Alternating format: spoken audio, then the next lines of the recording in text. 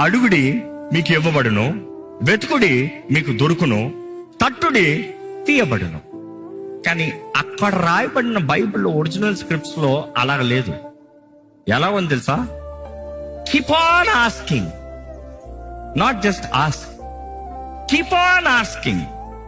తెలుగులో చెప్తే అడుగుతూనే ఉండండి. ఎప్పుడు వరకు? నీకు జవాబు వచ్చేంత వరకు. వెతుకుతూనే ఉండండి. ఎప్పుడు వరకు? నీకు దొరికేంత వరకు. తడతనే ఉండండి. ఎప్పుడు వరకు? తీయబడే వరకు.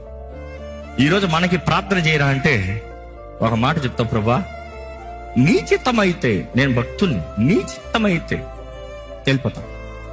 ప్రార్థన చేసావా ఆ విషయం? నీ చిత్తమైతే అని చెప్పి వదిలేశాను దేవా అన్న అంటాడు. No no no no no no no. దేవుని చిత్తము నువ్వు తెలిసేంత వరకు ప్రార్థన చేస్తూనే ఉంటావు.